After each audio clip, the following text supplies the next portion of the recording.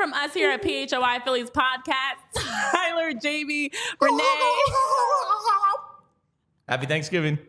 From us at our PHLY family to you and yours. Gobble, gobble. That's the... I don't think that's it. I'm just excited it's Thanksgiving Day, Renee. Yeah, let's hear it. That's pretty bad. Your turkey sounds like it's dying.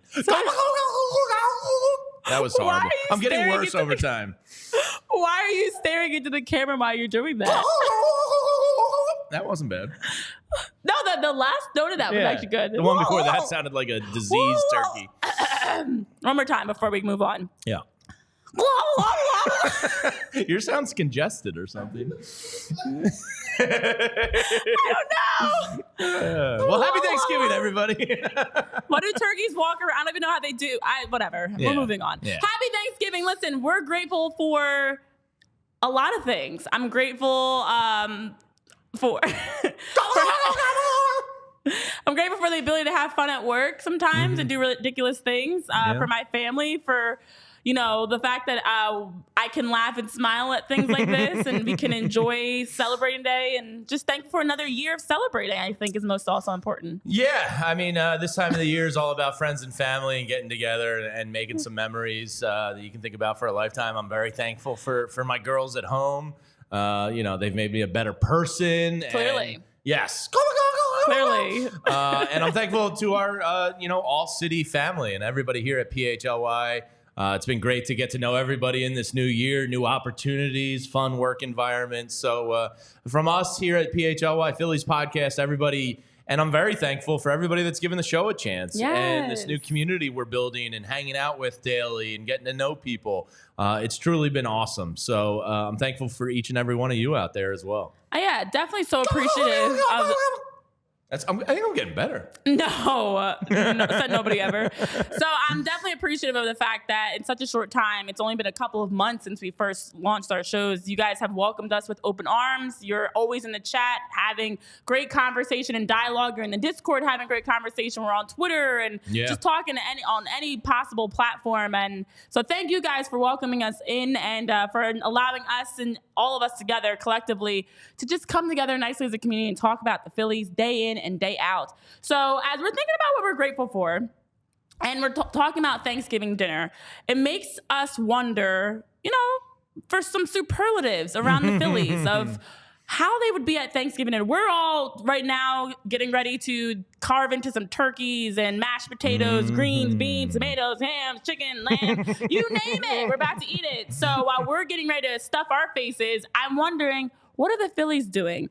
And so it makes me think, who has the biggest plate right now? If you could think of any Phillies player from the past 2023 season, who do you think right now is walking around with the biggest plates? Well, there are those people that carry, like, their first plate is like 3 plates. Yeah, see, I'm not a big second plate guy. I make my first place like huge, and then it's a pile. Yeah, like it's a massive plate. I'd rather do that than go get up again.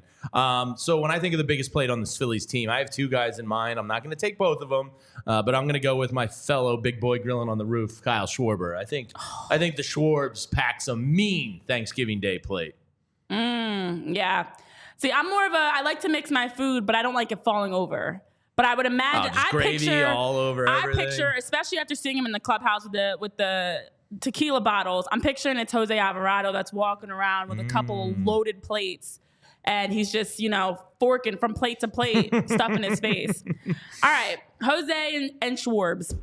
So there's also usually at Thanksgiving, the person that shows up empty-handed because they forgot something, and they leave with bags sometimes of plates wrapped with foil or Tupperware.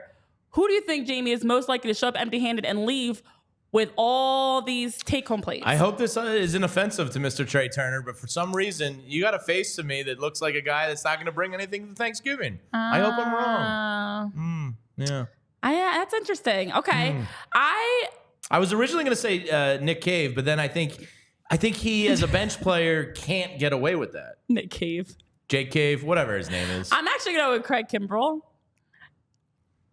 Right? I think he's walking out of there with some bags of food and showing up empty-handed. He's walking out of weaseling Philadelphia, in. so see ya. But listen, we're going with guys that were on the team, not going to be on the team. Craig is showing up empty-handed and taking plates as he walks out the door. All right. We also all have, unfortunately, the drunk uncle. That old drunk uncle that as the night goes on, they're just throwing back some too many. They're saying ridiculous things. They're getting sloppy. Wild turkey bourbon, just sloshing around. Sloppy. And, the whole family's trying to watch the game. And they're like, yelling about their bets that nobody cares about and their fantasy football implications. Sometimes they get a little sweaty, too, because they've eaten, they've watched the games, been yelling, they're tired. They might even fall asleep on the couch. I definitely have a couple... Sorry, uncles. I've got some uncles that definitely will drink and then fall asleep on the couch. Drunk uncles are a thing, and I hope to be one myself one day. I am an uncle. I'm just not that drunk yet at Thanksgiving, but, there's plenty of time for that. I'm going to take the obvious answer off the board. Garrett Stubbs is definitely the drunk uncle. I'm gonna go Brandon Marsh. Ooh, I could see that. Sneaky good. I could see him being a little sloppy. Well, yeah, with that beard and the possibility of catching some stuffing. There's probably some food there. Gravy. He's got bourbon or whiskey dribbling down his chin. I could see him being the drunk uncle for sure. Absolutely. All right, let's do two more. Who do you think would be fun to invite? If you're trying to figure out who's going to join you guys at your Thanksgiving dinner, who on the team is like, I'm inviting them right away? And not from like a star perspective, because you think they could bring the fun. Yeah. I think Nick Castellanos would be a fun invite to Thanksgiving dinner. That's what I was going to say. Oh, really? I think Nick Castellanos would fit in great with my family. Fun. I think he'd be and I think he's like he goes everywhere. Like he can mesh with everyone. I think he's a good party guy. We're here. Yeah. I was thinking the same thing. I mean, my Thanksgiving for me is like we're playing cards, we're watching sports all day. We're we're laughing and talking, right? Yeah, we're taking shots, all types of stuff. So I think Nick would fit in with all the fun, music, dancing, games, whatever it is. Absolutely. All right, and then lastly, who do you think you would hate sitting next to? When you're eating, you want to be locked in on your plates, on your food. You don't want somebody bumping elbows with you or trying to take something off your plate or over talking. I don't know. Sometimes people talk too much while you're eating. Because it's a tight table. We can squeeze a lot of people in. Packed in there.